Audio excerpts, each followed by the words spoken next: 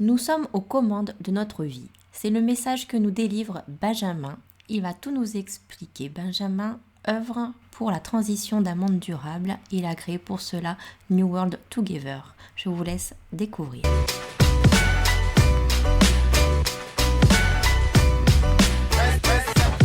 Bienvenue dans une série d'interviews inspirantes sur le thème de l'éveil. Au fil de cette série, nous avons le privilège de rencontrer des individus exceptionnels qui ont vécu des expériences profondes de transformation. À travers ces conversations, nous nous plongeons dans les récits intimes de ces âmes éveillées. Que vous soyez vous-même en quête d'éveil spirituel ou simplement curieux d'en apprendre davantage sur les expériences de ceux qui l'ont vécu, cette série d'interviews est conçue pour vous éclairer, vous inspirer et vous inviter à explorer les profondeurs de votre être. Bonjour et bienvenue dans cette discussion entre êtres exceptionnels au sujet de l'éveil. Aujourd'hui, nous avons Benjamin Castello avec nous qui est à Bali. Donc, Benjamin, je t'invite à te présenter comme tu le souhaites déjà, nous dire juste qui tu es, quel est ton parcours. Bonjour, merci déjà de m'accueillir, Aurélie et Jessie. Donc, mon parcours, on va faire rapidement. J'ai quitté une carrière au sein de multinationales après un éveil de conscience qui a fait suite à une retraite méditative. Et depuis, je me suis lancé dans la catalysation de l'éveil collectif des consciences pour aider l'humanité à surmonter les grands défis du 21e siècle qui, pour ceux qui prêtent un peu attention, sont quand même un peu corsés. Donc voilà, pour faire très très simple, et je pense qu'on va pouvoir approfondir un petit peu tout ça. Aurais-tu une définition globale de l'éveil? C'est plutôt la prise de conscience que l'on est aux commandes de notre vie et des programmes qui nous font faire des choix dans notre vie.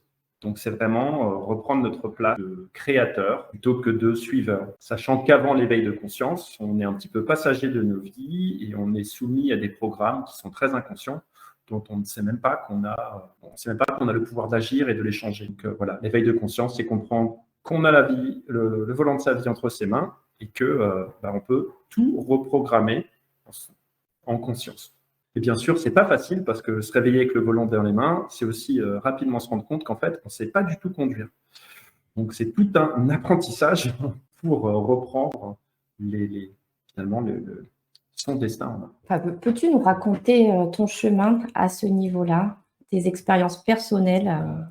En fait, moi, depuis très jeune, j'ai ressenti que le monde dans lequel j'étais né ne tournait pas rond. J'étais incapable de l'expliquer, c'était un ressenti, et puis plus j'ai grandi, plus ce ressenti a augmenté. Ne sachant pas quoi en faire, j'ai fait beaucoup d'efforts pour le refouler dans mon inconscient, sauf que n'empêche qu'il a continué à augmenter.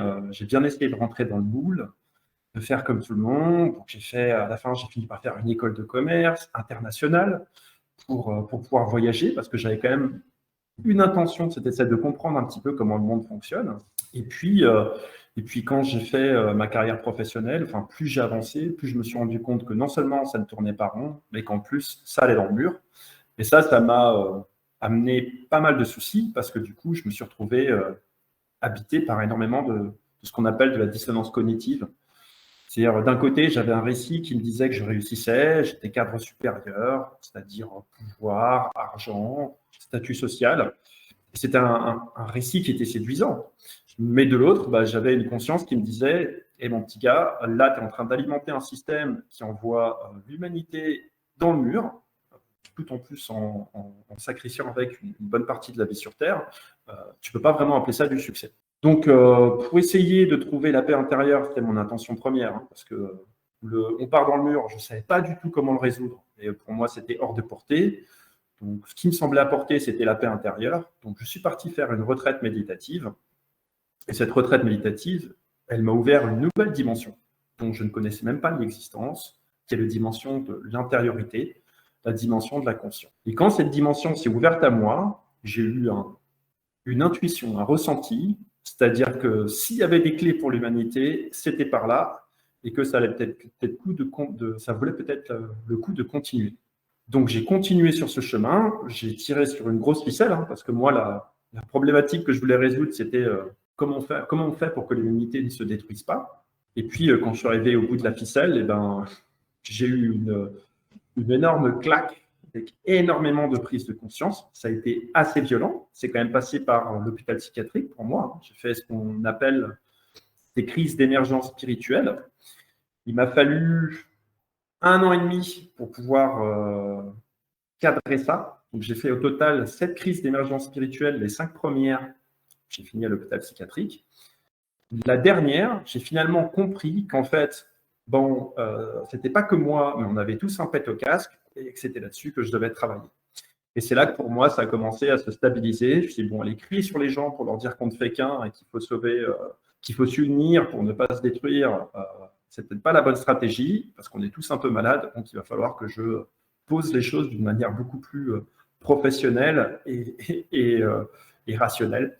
Et donc, voilà, c'est ce qui m'a amené à faire ce que je fais aujourd'hui, c'est-à-dire gérer ce projet de recherche et d'éducation transdisciplinaire. Ceux qui ne savent pas ce que veut dire le mot, ça veut dire simplement on va prendre toutes les disciplines, on va les mélanger pour obtenir une nouvelle connaissance qui nous permet de résoudre un problème. Et le problème qu'on cherche à résoudre, c'est comment ne pas finir dans le mur des limites planétaires et comment devenir une espèce qui est durable. Et donc voilà, et ça a été... c'est un éveil de conscience qui a commencé en janvier 2017, donc ça va faire aujourd'hui bientôt 7 ans, et puis qui a évolué en maturité et qui est encore en train d'évoluer, puisqu'aujourd'hui, j'apprends, tout en le faisant, à effectuer la mission que j'ai choisie dans cette incarnation, sur ce chemin de vie. Je voudrais te demander, tu l'as faite où, dans quel coin du monde de ta retraite méditative? Vu que je suis expatrié à Bali depuis fin 2006, je l'ai fait aussi à Bali, avec un maître spirituel balinais. C'est une retraite, c'était une retraite de guérison, je peux faire Healing Retreat, où on va vraiment faire un travail sur ces blocages antérieurs pour développer. Comment gères-tu les défis ou les obstacles qui peuvent se trouver sur ton chemin spirituel? C'est simple, en fait, pour moi, en bout de ligne, c'est toujours des opportunités d'évolution. Donc, je prends tous les obstacles que je rencontre comme des opportunités et je regarde ce que je peux en apprendre, ce que ça m'apprend sur moi, sur les autres, sur le monde dans lequel je suis. Et donc, voilà, je vais chercher à les transformer en opportunités. Est-ce qu'il y a, où tu as passé des moments qui ont été significatifs dans la réalisation matérielle? Est-ce que tu as vu directement un impact dans la matière? Alors, la réalisation matérielle, ça dépend ce que tu mets derrière réalisation matérielle, mais si tu veux dire en termes d'impact. Un impact sur la vie, par exemple, que ça peut être dans tes liens avec les autres ou dans ta façon de faire les choses. Aujourd'hui, c'est ce que je vois. C'est-à-dire que pendant longtemps, quand je faisais des conférences sur mes travaux, j'avais le public qui rentrait en sidération. C'est-à-dire, je sentais que les gens se dissociaient. Je finissais ma présentation et j'avais un public qui semblait incapable de réagir, qui était sonné par ce que je venais de partager. Et aujourd'hui, par exemple, j'ai plus du tout le même retour. J'ai des gens qui viennent me voir, qui disent « Waouh, c'est génial, ça m'a ouvert l'esprit, ça m'a permis de comprendre des trucs, comment est-ce que je peux aller plus loin, etc. » Donc ça, c'est tout à fait nouveau. Mais aujourd'hui, je sens qu'il y a vraiment un impact et une reconnaissance qui vient. Et puis avec ça aussi, une capacité de monétiser mon travail, parce que ça fait quand même aujourd'hui 5 ans que je travaille c'est-à-dire que je paye pour travailler. Et là, grâce à ces retours et à cette percée, cette réceptivité, je suis aussi capable aujourd'hui en tout cas, je commence à monétiser mon projet, ce qui est quand même super important, parce que ça va me permettre de le développer et puis de faire passer le message avec plus de moyens, plus efficacement. Donc voilà. Alors après, à suivre, parce qu'on en est au début. En tout cas, là, ça devient très tangible. Est-ce qu'il y a des pratiques que tu recommanderais à des personnes qui ont envie d'évoluer sur le chemin de l'éveil? En fait, il y a vraiment foison de pratiques. C'est un petit peu dur d'en recommander une plutôt qu'une autre parce que ça va vraiment dépendre des personnes, du contexte et de leur niveau, enfin de leur des étapes dans lesquelles elles sont. Ce qui marche pour moi, en tout cas, déjà, c'est de prendre du temps, parce que moi, je suis quelqu'un qui est très analytique, très dans ma tête, de prendre du temps pour me reconnecter à mon corps, donc à travers le yoga, à travers la méditation. Je peux aussi dire que j'ai eu des très belles ouvertures avec les psychédéliques. Il me semble qu'elles sont encore interdites en France. Mais ce qu'il faut savoir, c'est qu'aujourd'hui, il y a de plus en plus de recherches qui montrent leur potentiel fait dans le traitement des. Alors, j'aime pas ce terme-là, hein, parce qu'il est très mal. C'est un mauvais terme, mais c'est celui utilisé dans le traitement de nos problèmes psychologiques ou de nos maladies mentales, qui sont plutôt des défis mentaux et émotionnels qui sont logiques, puisque on est en phase d'évolution, donc on est en phase de remise en question et de réorganisation psychologique. Qu'est-ce qu'il y a d'autre? Tout ce qui est reconnexion à la nature, prendre du temps sur soi, et puis surtout, pour moi, quelque chose qui me paraît fondamental, c'est de prendre l'univers comme son maître. Quand je dis l'univers comme son maître, c'est-à-dire ne pas avoir une pratique, un gourou ou une école, mais de vraiment comprendre que tout ce qu'on expérimente et tout ce qui est autour de nous peut nous apprendre des choses. Donc d'être vraiment ouvert à la connaissance pleinement, en prenant tout ce que l'on vit comme des opportunités de grandir, d'apprendre. Voilà. Sinon, une autre pratique qui est importante, c'est le détachement de nos états émotionnels et mentaux, c'est-à-dire la capacité à se laisser traverser par des pensées et des émotions qui sont potentiellement, qu'on aurait plutôt envie de refouler ou d'échapper. Donc, être ouvert à notre expérience intérieure sans chercher à contrôler ou à réagir, notamment dans les moments où ça peut être un petit peu difficile parce que aujourd'hui, on fait quand même face à des défis qui sont assez importants et donc il est normal que ça nous bouscule parfois mentalement, émotionnellement. Et donc, il est pour moi très important d'accepter que cela fait partie de notre processus d'évolution, que c'est tout à fait normal. Aussi, pratiquer l'acceptation de soi et de ce qui peut nous traverser dans ces moments un petit peu difficiles, ces moments d'évolution. Mais oui, tout ne fait que passer, hein, finalement. Oui, ceci dit, ça peut passer douloureusement. Donc, ça, il faut aussi être prêt. Donc, accepter ce qui vient et laisser venir et partir et évoluer avec tout. Que ça soit bien ou que ça soit plaisant ou que ça soit moins plaisant.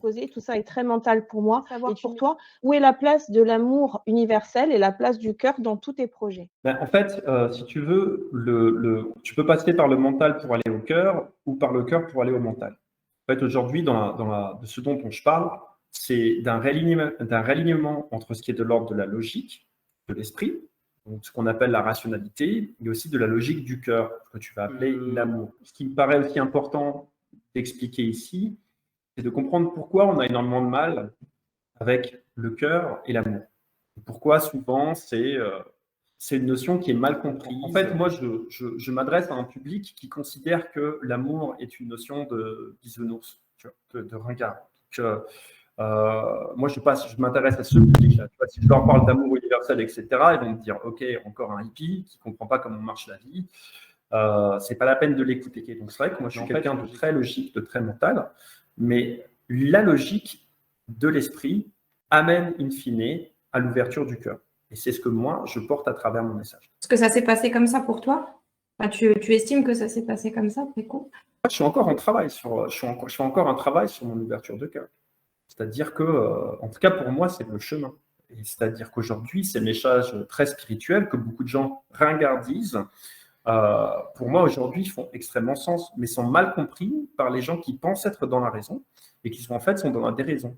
Parce qu'ils partent sur des fausses croyances, c'est-à-dire l'homme est un loup pour l'homme, de toute façon c'est dans la nature humaine d'en vouloir toujours plus et de se battre avec les autres. Non, ce n'est pas dans la nature humaine, en tout cas pas dans la nature humaine immuable.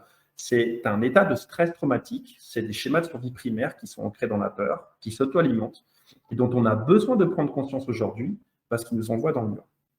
Et moi, l'ouverture du cœur, c'est un travail que je fais, mais je vois que tout m'y amène. Aujourd'hui, ce que j'observe, c'est qu'on a deux discours qui s'opposent, alors qu'en fait, ils sont complémentaires. On a le discours spirituel qui est très dans l'amour universel, d'un côté.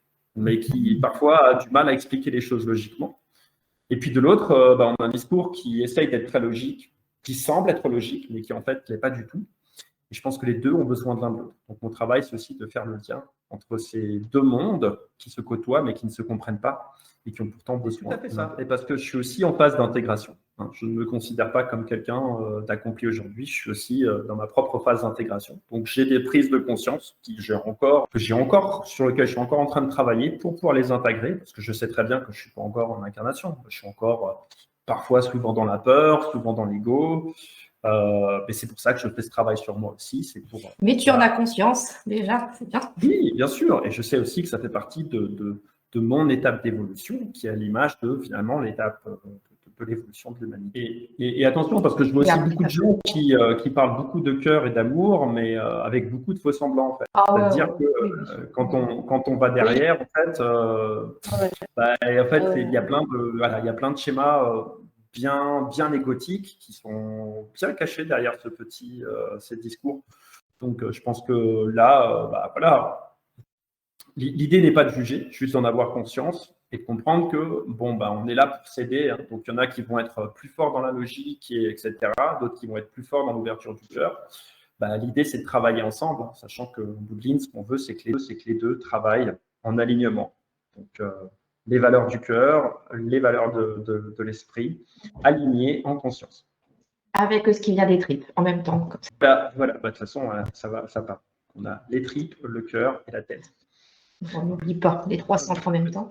L'alignement, c'est ce qui devrait être naturel. Seulement, ce qui nous désaligne aujourd'hui, c'est notre bagage traumatique individuel et collectif. Les blessures psychiques des ancêtres qu'on n'a pas encore résolues. Et là, on a un énorme travail à faire au niveau individuel et au niveau collectif. Les deux sont liés de toute manière. Il faut travailler sur les deux plans. Bien sûr. Est-ce que tu ne penses pas que le simple fait parfois d'être en présence avec des personnes qui ont connu au moins cet état d'éveil, ça peut suffire à déclencher des choses sans avoir besoin de chercher à transmettre quoi que ce soit? Oui, tout à fait. Je pense que notre état d'être suffit à déclencher des choses. Et ça fait partie du processus. Après ce déclenchement de choses, on peut dire qu'il y a quand même besoin d'être accompagné. Et je pense qu'il faudra quand même qu'on travaille de manière intentionnelle, collectivement, à ce que notre planète devienne un espace sécurisé de guérison, de reconnexion à soi, d'évolution spirituelle. Je pense que là où on en est, effectivement, la meilleure manière de déclencher des choses autour de nous, c'est dans notre façon d'être, aussi dans notre façon de partager. Mais à un moment, je pense qu'il faudra quand même qu'on ait un mouvement global de régénération qui nous aboutisse. Moi, l'image que j'ai, en fait, quand je parle de ça, c'est comme si l'humanité, aujourd'hui, c'était une chenille. La chenille, elle mange compulsivement tout ce qu'elle a autour, elle ne s'arrête jamais, elle ne s'arrête pas, jusqu'à ce qu'elle atteigne une taille qui soit suffisante. Et là, elle se fait un cocon pour se dissoudre et devenir un papillon. Et je pense que là, l'humanité, c'est la chenille qui arrive à maturation, mais qui a besoin d'arrêter de manger compulsivement, de se faire un cocon pour devenir un papillon. Alors le papillon, bien sûr, hein, je ne dis pas qu'on va pouvoir voler, avoir des ailes qui vont nous pousser derrière nos épaules. Ce que je dis, c'est qu'on va devenir conscient de nous-mêmes, de nos pouvoirs créateurs, et qu'effectivement, ça va nous faire pousser. Si on en devient conscient collectivement, ça va nous faire pousser de nouvelles ailes. Moi, j'aimerais bien avoir des ailes. Je suis déçue si tu me dis qu'on en a pas. Peut-être que d'ici quelques millions d'années, on aura fait cette évolution. Je pense que mon je corps crois n'aura qu'on pas est capable réussi. Je crois qu'on se fait pousser des ailes avec la technologie. On verra. Je ne connais pas ça. Là, pour l'instant, l'étape, c'est de devenir conscient de nous-mêmes et de nos pouvoirs créateurs et de notre interrelation avec tout ce qui est. Si on fait déjà ça collectivement, c'est déjà pas mal. Bon, si on fait déjà ça, après on pourra demander des ailes. D'accord. Ouais. En tout cas, merci beaucoup pour toutes ces réponses, Benjamin, et cette présence avec nous. Merci pour cet accueil. Et on continue à suivre en tout cas ton évolution et tes activités. Avec grand plaisir. Et pareillement, continuons à co-créer et à évoluer ensemble. À co-créer, exactement.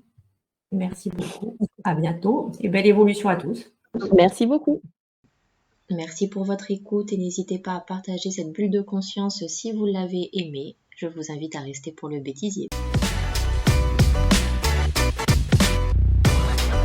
Alors, bonjour et bienvenue dans cette discussion avec des êtres exceptionnels au sujet de l'éveil. Donc, nous avons perdu.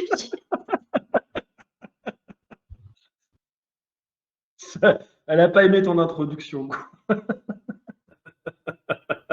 Ah, ce départ sur les chapeaux de roue, quoi. Ça n'a pas fait 2 secondes. Bam. Ah, la vache, c'était à l'image de l'éveil. C'est un peu ça l'éveil de Benjamin, tu vois, ça venait, ça partait. T'es là. Bon, ceci dit, nous sommes en direct devant nos milieux d'auditeurs. Welcome back, Jessie. Donc, je reprends. Bonjour.